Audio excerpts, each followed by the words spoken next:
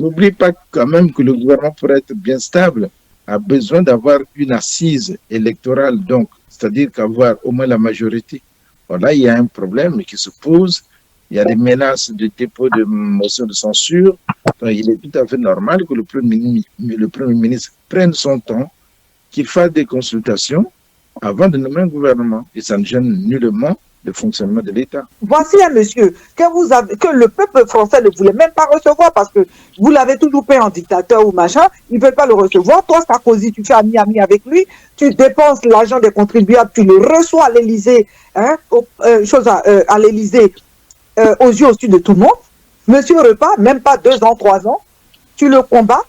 Mais qui nous dit, franchement, quand on parle de ce principe-là, on s'est dit qu'il y avait un discours.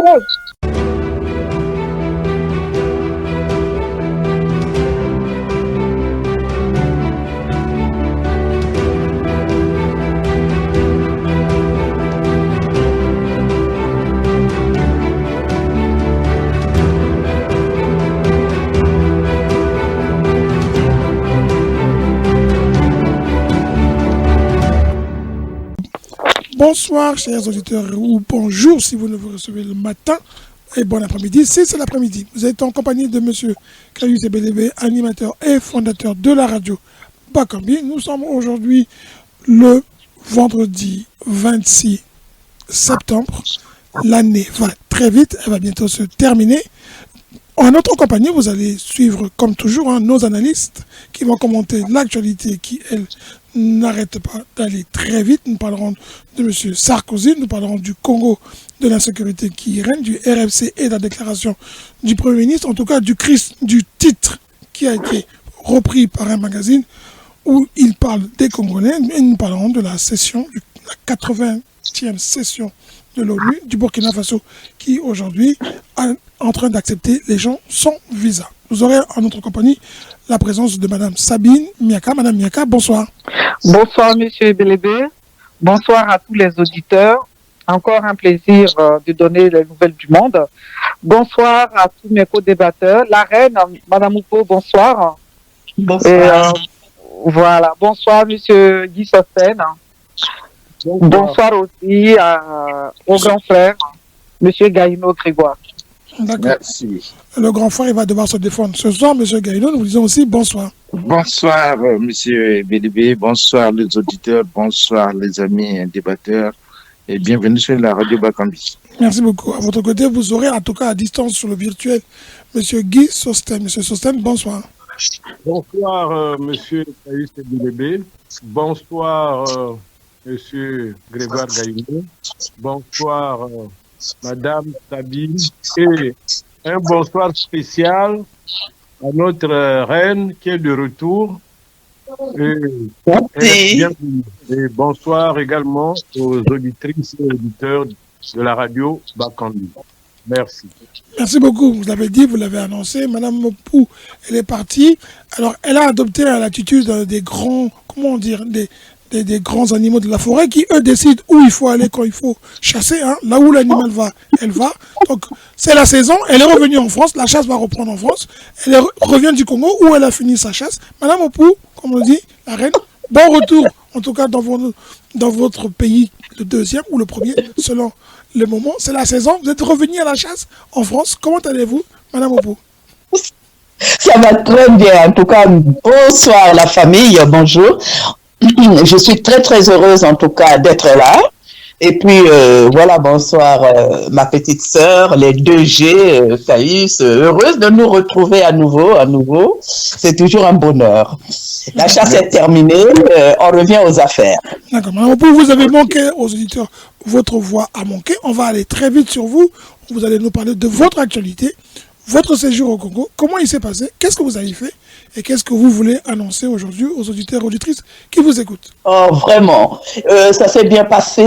On est parti. J'étais parti en tout cas pour organiser le projet que j'ai intitulé Sur la route de l'histoire pour célébrer le 145e anniversaire de la signature du traité Makoko de Brazza.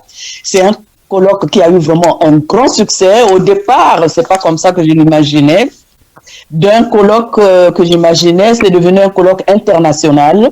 Nous avons reçu du monde de la famille éparse qui est venue de partout, des USA, des afro-descendants, de la RDC, de l'Europe, du Gabon, des royaumes Congo, Luango, Téké. Vraiment, on n'a jamais eu un colloque aussi rassembleur comme celui qu'on a fait. Ça a été un grand succès et ce qui est bien finit toujours bien, comme on le dit. Aujourd'hui, nous avons des afro-descendants qui ont suivi et qui aujourd'hui sont en train de déclarer qu'il y ait ce qu'ils appellent Brazzaville Acte 2. Il faut qu'il y ait une deuxième édition.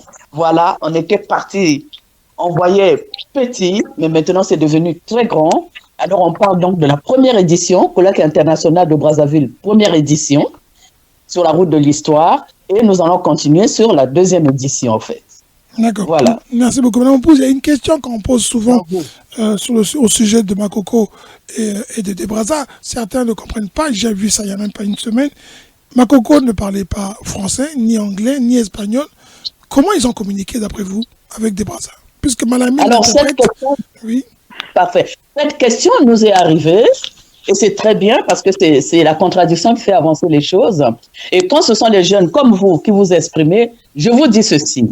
Je dis toujours, arrêtons de minimiser nos ancêtres, vous savez.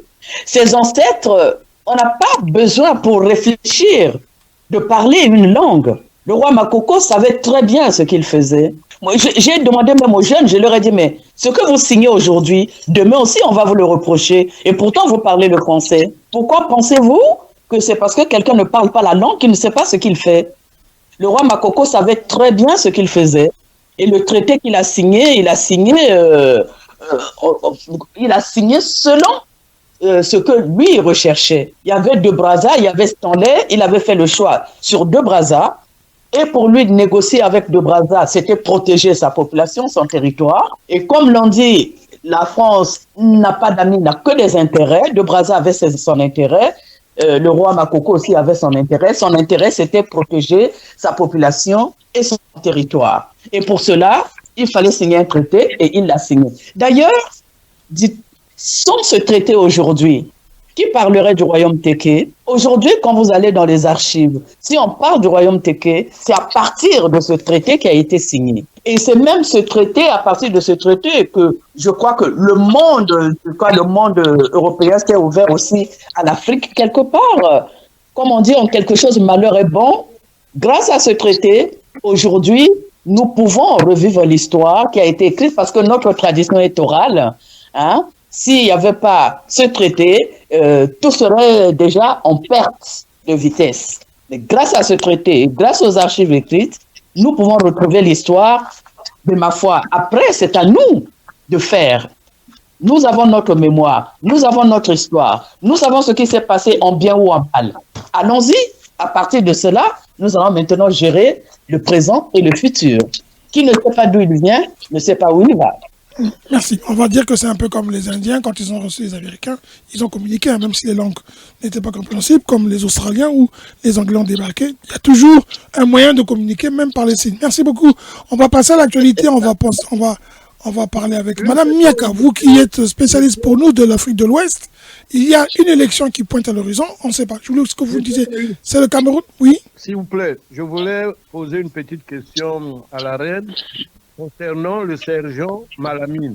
Quel était donc son rôle? Au fait, à la clôture du colloque, nous avons reçu l'ambassadeur du Sénégal qui est arrivé et qui a fait la clôture du colloque avec nous. Son souhait, c'est avoir l'effigie de Malamine au mausolée. C'est l'histoire. Sûrement qu'il a joué un rôle. Mais là aussi, on peut poser la question. Si nous-mêmes, les Congolais, on pose la question dans quelle langue le roi parlait avec l'autre, et même si Malamine parlait le français, comment est-ce que Malamine pouvait traduire à Makoko? C'est la question que vous, les jeunes, vous devez vous poser. Dans quelle langue il parlait? Donc, c'est un peu ça. Il faut juste dire que l'histoire s'est passée comme cela. Ils se sont compris à leur manière. S'ils ont parlé par les signes, tant mieux. Est-ce que c'est parce que quelqu'un est aveugle, muet et sourd que cette personne ne comprend pas ce que vous faites? Il y a toujours des possibilités de s'exprimer. Je pense qu'ils ont, en ce moment-là, utilisé les moyens pour pouvoir s'exprimer et se comprendre. Voilà si je pouvais répondre à ta question. Effectivement, c'est bien, mais je trouve quelque part que c'était un traité d'un homme fort sur un homme faible. Là n'est pas le débat, monsieur. Mais là n'est pas le débat. On sait très bien que même les États-Unis aujourd'hui, même le rapport. Oui, moi, je voudrais. Oui. Qui était Monsieur Kaino. Monsieur Kaino. Pardon. S'il vous plaît, oui. Pardon. Je vais ajouter un mot là. Non, pardon. Juste pour vous dire que monsieur Biamblat n'a pas fini. Que c'est moi qui l'ai interrompu. Pardon. C'est bien malade. Non, c'était pour dire parce que le sergent Malamine nous est présenté comme étant l'interprète lors de ces accords là où il est traité entre le sergent, entre les Brazza et le roi Makoko. C'est passé, il est au premier. Non, quand on lit le traité, dans le traité, on ne signale pas le nom de Malamine. Dans le traité, on signale les noms des comment on va appeler ça, des gens de la cour qui étaient là avec le roi. Il y a les noms il y a les noms de tous ceux qui formaient le groupe du roi, pour ne pas les appeler la cour royale, pour ne pas les appeler des vassaux. Parce qu'on dit que les vassaux, c'est pas tellement bien. Voilà. Mais il n'y a pas, on ne voit en aucun cas, en aucun moment sur le document, on voit le nom de Malamine. Il n'y en a pas. Je voulais compléter. Oui. Je voulais compléter pour dire à Sostène que il faut savoir d'abord la démarche de Brazza. Il n'a pas pris Malamine tout simplement pour être interprète. C'est pas vrai, c'est mal dit, ce n'est pas comprendre. C'était le noir qui l'accompagnait. Parce qu'il traversait des territoires noirs. Ouais. Donc il fallait qu'il ait des noirs qui l'accompagnent. Et le mot interprète a été donné. Mais en réalité, ce n'était pas l'interprète. Comment tu peux être l'interprète de quelqu'un qui parle une langue et tu vas interpréter à une autre personne aussi qui parle une autre langue? Ça ne se fait pas. Et deuxièmement, il faut comprendre que notre histoire, bien qu'elle a été biaisée, d'abord, je lis parfois même dans certains livres, on parle de l'eau premier. Nous ne sommes pas dans une comment dire ça, généalogie où le royaume, où le pouvoir du royaume se transmet de père en fils. On parle du premier lorsqu'il y a cette transition qui se fait. Mais chez nous, le roi, il est élu dans le clan. Donc, même quand les gens disent le roi Makoko, c'est déjà faux parce qu'il n'y a pas quelqu'un qui s'appelait Makoko. Je vous rappelle que le débat n'était pas là, c'était juste l'actualité de Mme Mopou qui était un sujet. Nous avons fait un débat. Merci. Donc, elle s'impose elle s'impose quand même parce qu'il ne faut pas qu'on entende ça. Est-ce qu'on peut être court pour qu'on enchaîne parce qu'on a deux débats?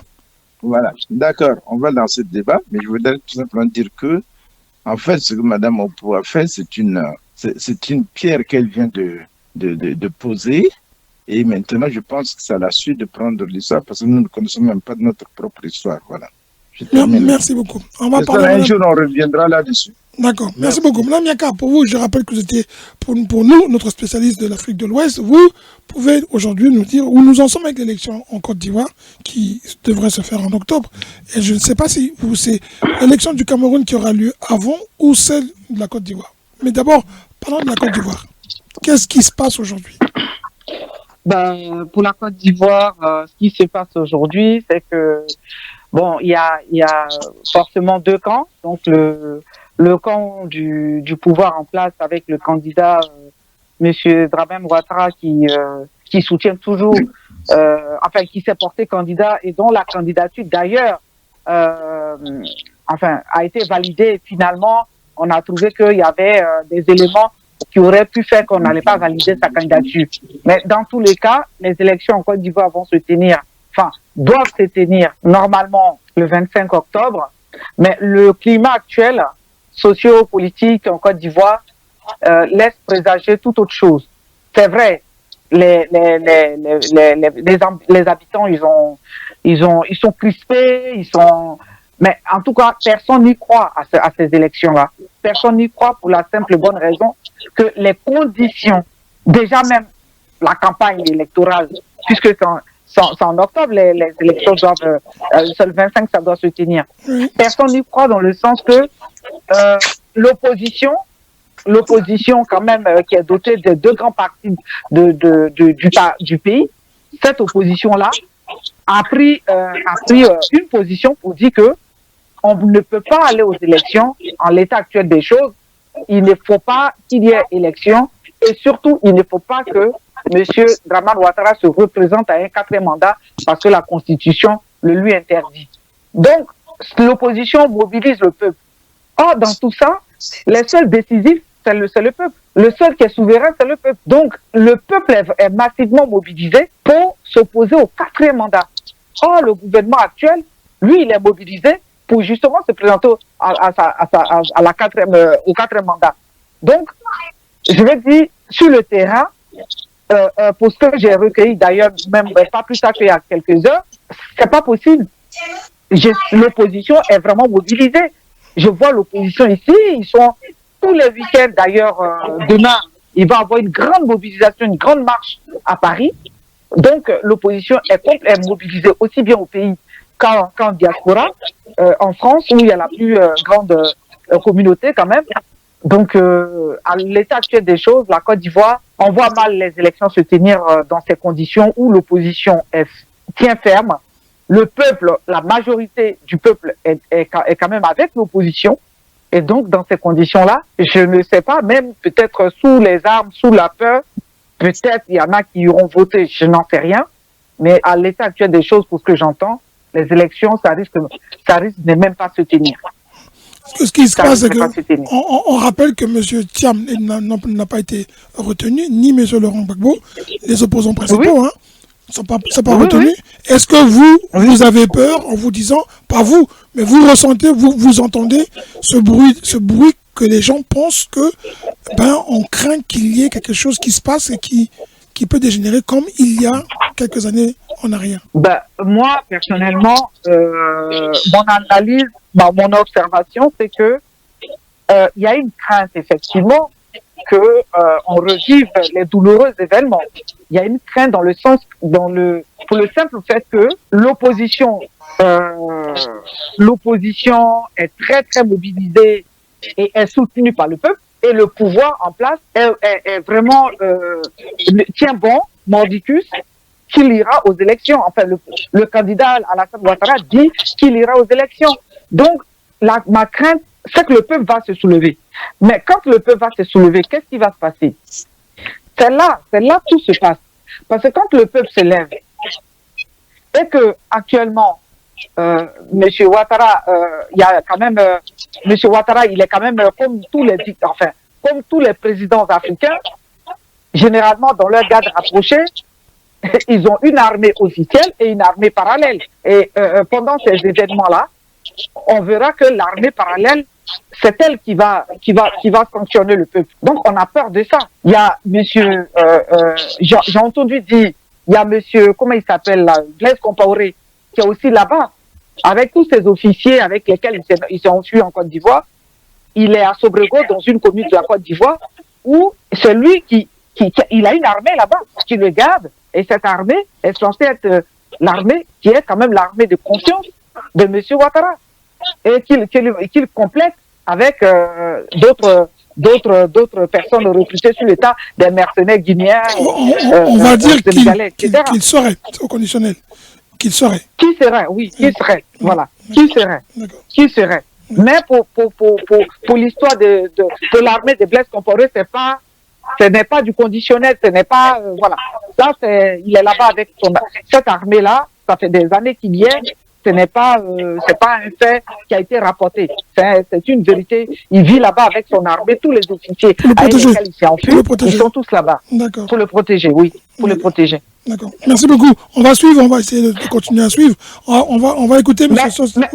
Allez-y. J'ai une dernière chose à dire. C'est pour dire que aujourd'hui, le fait que le président Ouattara ait éliminé le président Laurent Gbagbo, le ministre Tidiane Thiam, qu'il a éliminé ces deux grosses têtes des élections, de la compétition électorale, ça fait que ce n'est pas possible que le climat puisse avoir rien ne pourra se temporiser. Parce que c'est quand même deux grandes figures, deux grands partis de l'opposition de Côte d'Ivoire qu'il a écarté.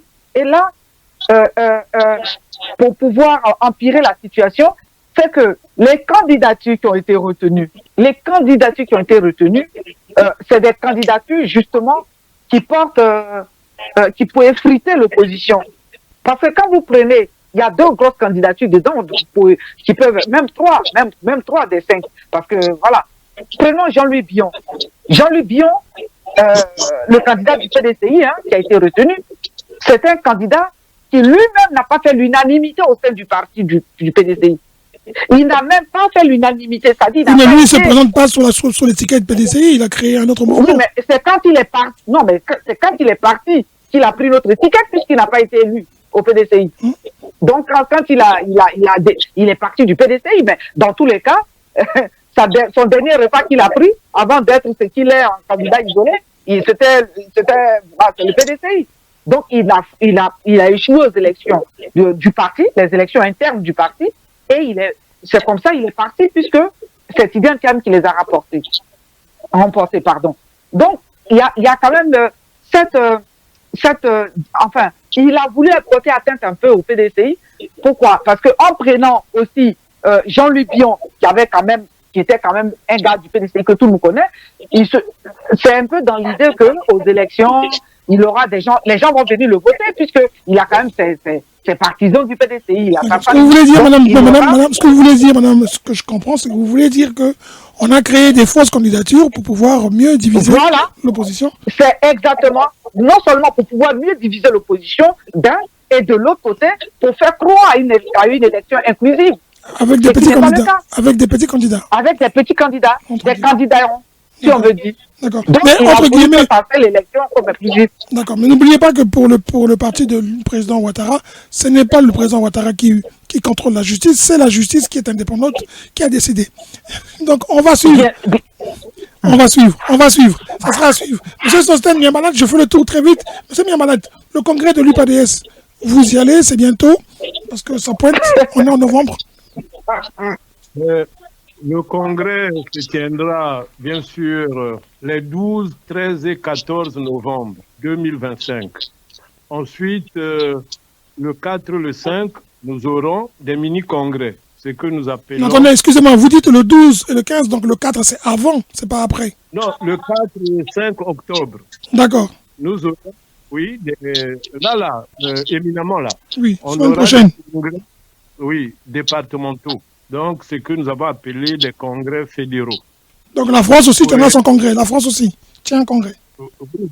Oui. On tiendra comme c'est une circonscription spéciale, la diaspora a une spécificité. Donc, nous allons tenir une assemblée générale élective pour choisir ceux qui iront nous représenter à la grande messe du 12, 13 et 14 novembre. Donc, nous sommes sur la dernière ligne droite. D'accord. Est-ce qu'il y a un thème particulier qui a été retenu, vous savez? Mais des thèmes, nous avons plusieurs commissions. Il y a eu des commissions qui ont travaillé. Et puis, ce sont les congrès fédéraux qui vont décider de tout ce que les commissions ont travaillé. Le dernier, le 5e Conseil national a donc entériné le programme du Congrès, lors du communiqué final de la dernière session qui s'est tenue récemment. Donc, tout est, on parlera de tout, on va tout déballer. L'un sale se lave en famille. Notamment la candidature de peut-être M. Tati Mabiala, plutôt, à la présidentielle. Mais ça, c'est au Congrès de déterminer. D'accord. Tout sera vu pendant le Congrès.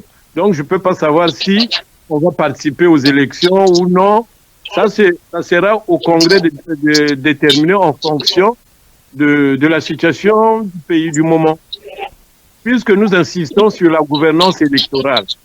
Le problème, c'est celui-là. C'est là où le bas blesse.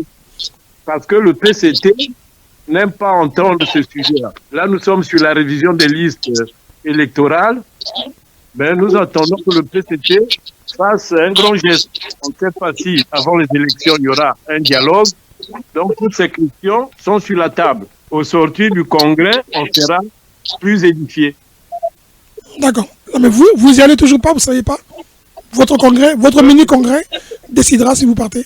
Exactement, c'est le 4 et le 5 que nous allons définir ceux qui iront. Puisqu'il y a des critères, tout le monde ne peut pas aller. Donc il y aura des critères et raison pour laquelle nous organisons une assemblée générale élective pour choisir les camarades qui vont représenter la diaspora au congrès. D'accord. Bah, merci beaucoup. Hein. Au moins, l'UPADS prend en compte la diaspora et sa présence. Merci beaucoup. On va terminer vite fait par M. Gaïno. M. Gaïno, vous êtes élu municipal, hein, vous êtes adjoint au maire. M. Gaïno, vous n'avez pas de gouvernement. La France est sans gouvernement. Apparemment, d'après les médias, comme on dit mainstream, le Premier ministre est aux abonnés absents. Est-ce que c'est normal ce qui se passe en France aujourd'hui? C'est normal, oui, dans la mesure où le Premier ministre a été nommé. Il est en train de faire des consultations pour arriver à un gouvernement. Je pense qu'il venait de dire qu'avant la tenue de la réunion sur le budget, il y aura un gouvernement. Donc d'ici là, je pense que mi-octobre, le gouvernement sera déjà nommé. Donc c'est tout à fait normal. En entendant les ministres qui sont là, ils gèrent les affaires courantes. Mais est-ce que ça n'affaiblit pas la France? Avec la note économique qui a été abaissée, la crise qui se passe, les crises dans le monde, et la reconnaissance par la France d'Israël, plutôt de la Palestine. Est-ce qu'il y a une voix d'un Premier ministre? Non, les décisions sont toujours prises au niveau de l'État. Vous avez le chef de l'État, vous avez le Premier ministre qui a été nommé. Et puis en plus, vous avez aussi les responsables de l'Assemblée, du Sénat. Donc les décisions sont prises au niveau de l'État. Mais si tu veux, les ministres qui sont là aussi, ils gèrent même les affaires courantes. Donc ça n'affaiblit pas le pouvoir, pas du tout. Pas du tout. Monsieur Gaïto, Monsieur Ebelebe, excusez-moi, oui. J'irai un peu en contre-courant de ce que venait de dire mon confrère Gaïno. Moi, je dirais que c'est une situation anormale. Parce que depuis la 5e République, on n'a jamais eu de tels phénomènes. La France est en difficulté. La dette de la France monte crescendo. Et c'est pour la première fois qu'un gouvernement, au 17e jour, la France n'a pas toujours de gouvernement. Alors qu'il faudrait voter le budget d'ici décembre, le Premier ministre, le Cornu, a du mal à former son gouvernement. Il ne sait pas. Il fait des consultations avec les spécialistes, avec les partis politiques, mais jusque-là, il n'y a pas encore. Donc, moi, je trouve que c'est un peu inquiétant pour la France, puisque le gouvernement démissionnaire a une gestion limitée des affaires courantes, donc c'est pas quelque chose d'anodin, c'est quelque chose d'inédit. Monsieur Sosen, vous avez connu la situation de l'Italie qui a fait plus de 3 mois sans gouvernement. Donc, vous savez, dans les pays où les choses fonctionnent correctement, où je vais dire que les rails sont déjà posés, il suffit seulement de mettre le train dessus, il roule correctement, mais les choses se font correctement. Faut pas se leurrer. Les décisions sont prises au plus haut niveau de l'État, vous avez les conseillers, vous avez les ministres qui travaillent, même s'ils ne présentent plus de projets. Mais quand on assure les affaires courantes, on présente plus les projets, mais on gère quand même le pays. Donc, faut pas dire, c'est des choses qui arrivent. Hein. C'est arrivé en Italie, ça peut arriver partout. Le temps de consultation, le temps de... N'oublie pas quand même que le gouvernement, pour être bien stable, a besoin d'avoir une assise électorale, donc, c'est-à-dire qu'avoir au moins la majorité. Alors là, il y a un problème qui se pose. Il y a des menaces de dépôt de motion de censure. Donc, il est tout à fait normal que le Premier ministre prenne son temps, qu'il fasse des consultations avant de nommer un gouvernement. Et ça ne gêne nullement le fonctionnement de l'État. D'accord. Mesdames, vous avez un commentaire, Madame Sabine, Madame Opou? Monsieur, excusez, quand vous prenez l'exemple de l'Italie, on a l'habitude. l'Allemagne en a l'habitude des coalitions, des alliances avec la droite, à la gauche, l'extrême. Donc, ce sont des pays qui sont déjà habitués à gérer comme ça, où ils gèrent par la proportion. Or, la France, c'est une première. Si bien que, raison pour laquelle ils sont dans aussi cette situation, parce que c'est une situation inédite. La droite n'a jamais géré avec la gauche, et vice-versa. Mais là, nous sommes dans des situations là où un gouvernement, là où il y a des ministres de droite, des ministres de gauche et des ministres sans étiquette. Donc, c'est un peu, je trouve que c'est un peu la cacophonie, en tout cas de mon point de vue. Non, ce n'est pas la cacophonie, monsieur. D'accord, excusez-moi, mais ce ne sera pas un débat entre vous deux. Madame Opou, Madame Niaka, vous avez des commentaires? 3 ministres, Oui, non, en si peu de temps, c'est quand même une situation spéciale. 3 ministres. Commentaire des dames, s'il vous plaît. Madame Niaka, Madame Opou, commentaire? oui, vraiment, au fait, je n'avais pas suivi cette information. Maintenant que je suis en train de suivre, je me dis, voilà quoi. Mais enfin, mieux vaut que ça soit comme ça. Cela signifie que les choses bougent. Parce que quand les choses sont statiques aussi, c'est pas ça. Hein? Quand on parle de ceux qui font des années et ça bouge pas, on se plaint. On se dit, ben, il reste beaucoup d'années, ça bouge pas, ça change pas. Mais là, ça bouge, même si ça bouge un peu trop. Mais bon, en espérant que si ça bouge, c'est pour que ça change positivement. Mais quand même, depuis qu'on a connu des présidents de la République, quand même, là, ça fait un peu trop. Alors, c'est pour cela qu'on se pose la question, qu'est-ce qui se passe, au fait? Il y a un problème, hein, parce que là, le frère Grégoire défend un peu l'indéfendable. Après, ça fait un peu pagaille aussi, quelque part. Hein. On vient d'avoir un premier ministre, ça fait pas longtemps. Donc, tous les 2 mois, on va avoir un premier ministre. Bon, si ça peut changer les choses, tant mieux. Mais si les choses sont toujours aussi compliquées, ma foi, il faut que les Français réfléchissent un peu autrement. Peut-être qu'il faut... C'est pour ça que les motions de censure existent. Et c'est pour ça aussi que il y a des règles qui existent. Donc, on ne va pas faire une motion de censure si on n'a pas un gouvernement présenté, M. Gaïno. Oui, mais d'accord, mais je dis, c'est pour ça que cette motion de censure existe, pour pouvoir changer le gouvernement quand ça ne va pas. Oui. Et puis, mais dans la durée, le gouvernement devrait quand même exister au bout d'une semaine, 2 semaines. Donc, tout paraît toujours pareil. Quand on connaît une situation, on dit c'est la première fois, il y a eu la première cohabitation sous Mitterrand, voilà, ça continue. Donc, il ne faut pas dire que c'est la première fois. Même plus la cohabitation. Mais quand on a eu la cohabitation avec le président Mitterrand, avec Chirac est allé jusqu'au bout de son mandat. Hein? Il n'y a pas eu plusieurs cohabitations. Les gens disent c'est la première fois, c'est pas toujours ça comme pas la première fois. Après, non, mais ça, ce n'est même pas une cohabitation. Attends, mais non, cohabitation, c'est pas ça. S'il fallait faire la cohabitation, il fallait que le président fasse la cohabitation avec... si, comme le disent les autres qui respectent la Constitution, oui, comme on dit. Merci beaucoup. Mélenchon, on aurait dit que c'est la cohabitation. Oui. Mais là c'est pas une cohabitation. D'accord, s'il vous plaît, merci beaucoup sur ce sujet. On entend... Les gens disent première fois, il y a toujours première fois, dans tous les cas, dans les gouvernements. Monsieur Gagnon, d'accord, on a compris que vous défendez, Madame Mompou n'est pas d'accord avec vous. Il aurait fallu que ça soit plus vite, c'est ce que les gens veulent dire. Madame Niaka, un point de vue, vite fait, s'il vous plaît, ou pas? Votre micro, Madame Niaka. Moi, mon point de vue, il est très simple. Hein. Je suis d'accord avec la danseur. Hein. Je suis d'accord avec Madame Opou complètement en phase. Hein. J'aurais dit la même chose. La solidarité féminine. Non. Tu peux... D'accord. Bon, quand même. D'accord, merci. Voilà quoi. Merci. On passe à l'actualité. M. Sarkozy a été condamné en justice. Tout le monde a l'air surpris. On apprend qu'il était déjà au courant, qu'il y avait des tendances qui commençaient à émerger du tribunal, qui montraient qu'il allait vraiment payer cette fois-ci, qu'il n'allait pas pouvoir échapper à la prison.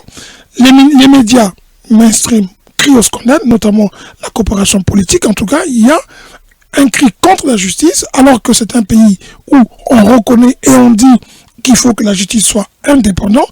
La France est une nation ancienne, une démocratie, pas vieille, mais une vieille démocratie, et que donc la loi, c'est la loi. Notamment M. Sarkozy l'a répété plusieurs fois, et donc la justice lui reproche désormais que non seulement c'est vrai qu'il n'a pas touché l'argent directement, mais ça ne veut pas dire que l'argent n'a pas été mis dans sa campagne, parce que il y a des preuves qui démontrent que sa campagne, ils ont utilisé de l'argent qui venait de la Libye, notamment 6 millions. Monsieur Sarkozy condamné, c'est la justice qui gagne, ou comme lui-même dit, c'est la France qui est humiliée. On va commencer par Mme Opou, et puis on va... Mme Opou? Oui. C'est la France qui est humiliée, ou c'était la justice qui passe? Non, il ne faut pas confondre les choses. Il ne faut pas confondre... Je vous rappelle que vous avez tous 2 minutes pour répondre. 2 minutes. Voilà, exactement. Il ne faut pas confondre un citoyen de la France avec la France. Soit-il le président de la République qui a été. Non. Il y a dans la politique, il y a toujours des excès. À un moment donné, il n'est pas le seul. Hein. Je vois que Marine Le Pen aussi a été condamnée. On commence à comprendre que dans ces milieux, il y a beaucoup de choses qui se passent. Il faut que la justice soit là aussi pour nous éclairer. La justice fait son travail. Hein. Pour un ex-président de la République, la justice ne peut pas prendre les choses à la légère. Moi, je pense que la justice a fait son travail. Maintenant, ma foi, hein, pour le reste, on verra. Mais je souhaite que la justice soit ainsi, parce qu'alors, il y a la justice pour tout le monde et que c'est pas à la tête de la personne. Aussi, il y a un endroit là où la France est quand même en première liste, c'est dans la justice. Parce que la justice est indépendante et la justice gère ce qu'il y a, les affaires comme elle l'entend. Et sans les preuves, quand la justice n'a pas suffisamment de preuves, pour un président de la République, soit-il un ex-président de la République, la justice ne pouvait pas prendre les choses à la légère et le condamner par plaisir. La justice a fait son devoir. Merci. M. Gaïno, la justice a fait son devoir. La justice est à plaindre, ou plutôt, il était temps pour qu'un jour, comme disent les Français, il n'allait pas toujours échapper à la justice, monsieur Sarkozy. C'est une première hein, d'avoir un président condamné et qui va aller en prison. Voilà, c'est pour ça que je dis il faut toujours qu'il y ait une première fois, après il y a une deuxième fois. Bon, bref, non, il ne faut pas condamner la justice. La justice, comme venait de dire Mme Opou, elle a joué son rôle. Et effectivement, tout citoyen est égal. Si tu veux, dans un pays, tous les citoyens doivent être égaux face à la loi. Et donc, par conséquent, que vous soyez ancien président, que vous soyez n'importe qui, la loi, c'est la loi. Elle est au-dessus de tout le monde. Et je crois que ce qui vient d'arriver, c'est un exemple à suivre. Vous voyez, c'est ça la démocratie.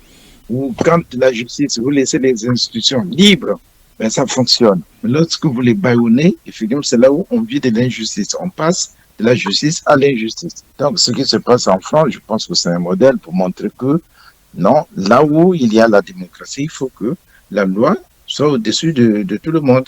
On l'a fait pour Mélenchon, on l'a vu pour Marine Le Pen, on l'a vu pour beaucoup de responsables politiques, en tout cas pas les moindres. Donc, M. Sarkozy n'est pas une exception. Et par conséquent, écoute, si la justice trouve qu'il y a des preuves accablantes, il est normal qu'il soit condamné. On verra bien l'appel, ce que ça va donner. Merci beaucoup. Madame Yaka, on est en train de dire que la justice en Afrique, elle pose problème. Il y a le président de la Guinée, Doumbouya, qui nous a fait un numéro de jongleur. Il a fait voter une nouvelle constitution taillée sur mesure. Lui qui avait promis ne pas se présenter, il va y aller. Lui qui a renversé Alpha Condé en disant qu'il n'était pas démocrate et que le pays allait, aller dans l'abîme. Et le voilà lui-même aujourd'hui qui se positionne. Et la France est fière de dire qu'à ses côtés, il y a une Française, notamment sa femme. Donc l'Afrique mérite ce qu'on a, la Guinée notamment. Madame Yaka, la justice en France, elle est valable pour tout le monde ou elle est pour les riches, elle est un peu spéciale? Merci, monsieur Bélébé, pour la question. Bon, la justice, la France fait quand même le travail de rendre la justice pour tous, de la rendre impartiale et de l'appliquer à tous. Et depuis quelques années, on a quand même remarqué dans la politique, en tout cas, dans la vie politique française, ils sont en train d'essayer d'assainir, de ramener un peu la moralité depuis l'histoire du ministre qui avait des fonds à l'étranger, qui ne les a pas déclarés sous...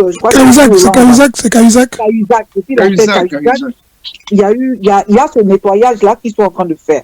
Donc, ils sont en train d'assainir un peu la vie politique, parce qu'il faut dire aussi que c'est tout ça qui fait la barrière entre le peuple et les hommes politiques, qui sème la zizanie, qui fait que le peuple n'a pas confiance. Parce qu'aujourd'hui, tu demandes à un citoyen lambda, ah ben c'est tous des politiciens, c'est tous des voleurs, c'est tous des menteurs. Ils sont en train d'assainir un peu le milieu politique pour au moins faire quelque chose. Donc, dans l'assainissement, dans cette idéologie, dans cette lancée, où ils ont mis des réformes pour dire que désormais, il faut déclarer tout ce qu'on a, machin, tout, ça, c'est la lutte contre l'immoralité politique qu'ils sont en train de mener. Maintenant, toi, en tant que président, M. Sarkozy, quand il a été président, M. Sarkozy, c'est quand même mal foutu de tout le monde, finalement, quand il a été président. Et pourquoi cet affaire même le suit, et ça le suivra toujours? C'est celui-là même qu'il a quand même, contre la volonté du peuple français, fait accepter sur le tapis rouge de l'Élysée, ce Kadhafi qu'il a fait assassiner plus tard, enfin, qui a été assassiné plus tard. C'est celui-là même. Qu'il a fait assassiner. Comment? Oui. Je dis qu'il a fait assassiner, c'est correct. C'est la France la France et le temps qui ont fait la guerre là-bas. Donc, voici un monsieur que le peuple français ne voulait même pas recevoir parce que vous l'avez toujours payé en dictateur ou machin, ils ne veulent pas le recevoir. Toi, Sarkozy, tu fais ami avec lui, tu dépenses l'argent des contribuables, tu le reçois à l'Élysée, à l'Élysée, aux yeux au-dessus de tout le monde. Monsieur Repas, même pas 2 ans, 3 ans, tu le combats. Mais qui nous dit, franchement, quand on parle de ce principe-là, on se dit qu'il y avait un guichoureuse. Pourquoi est-ce que tu as voulu franchement faire ami avec lui? Donc la justice de Sarkozy, moi je pense que c'est une justice qui est bonne. Sarkozy a fait trop de magouilles. Même en Afrique, tu prends le cas de la Côte d'Ivoire. Sarkozy, il est mêlé à la guerre qui s'est passée en Côte d'Ivoire. Donc les présidents là, ils doivent avoir une moralité. Tous ces présidents qui prennent de l'argent avec les autres pays et qui font croire, parce qu'ils financent leur campagne par quoi? Donc il faut clarifier les choses. Moi je pense que c'est une très bonne chose. C'est pas la France qui a humilié, c'est Sarkozy, personne isolée, qui a posé l'acte. Il ne l'a pas posé au nom de la France. Celui qui est humilié, pas la France. Merci beaucoup. Monsieur Malade, vous qui suivez la politique comme tout le monde, le président Sarkozy, il est abattu.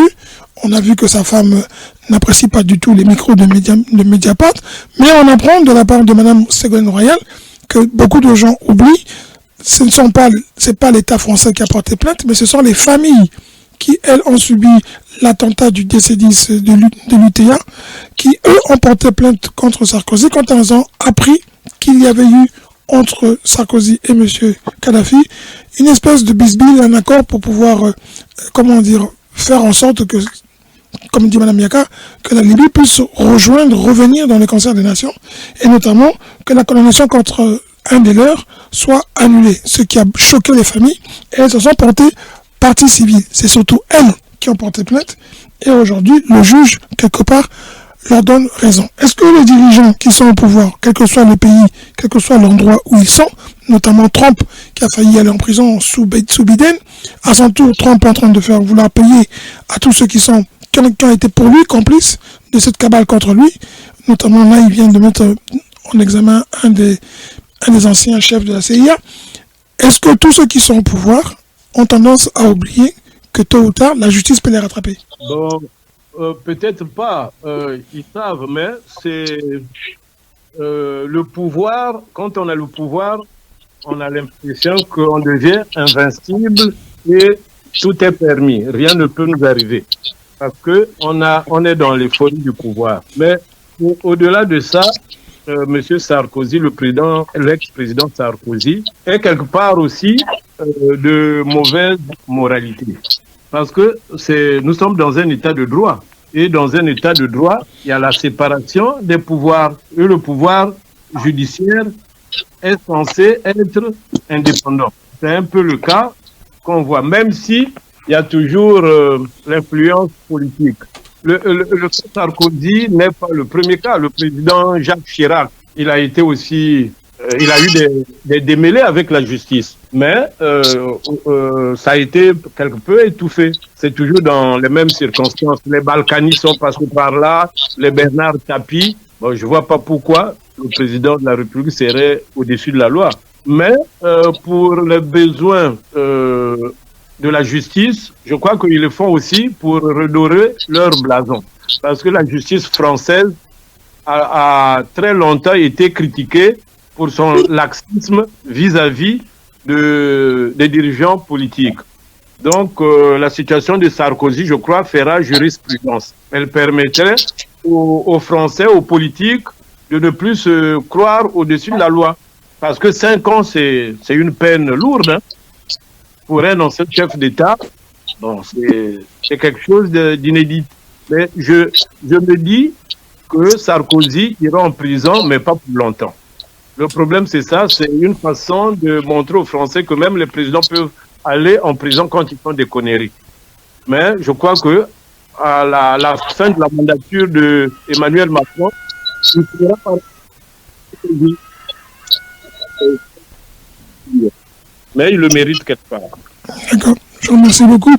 On remercie beaucoup. Donc, on va continuer à suivre. M. Sarkozy a le droit, et paraît-il, qu'il peut, s'il entame sa peine, de demander par rapport à son âge un aménagement de peine, ou alors une liberté sous caution qui lui sera accordée, ou alors une mise en demeure à la maison pour éviter l'humiliation, comme on le dit.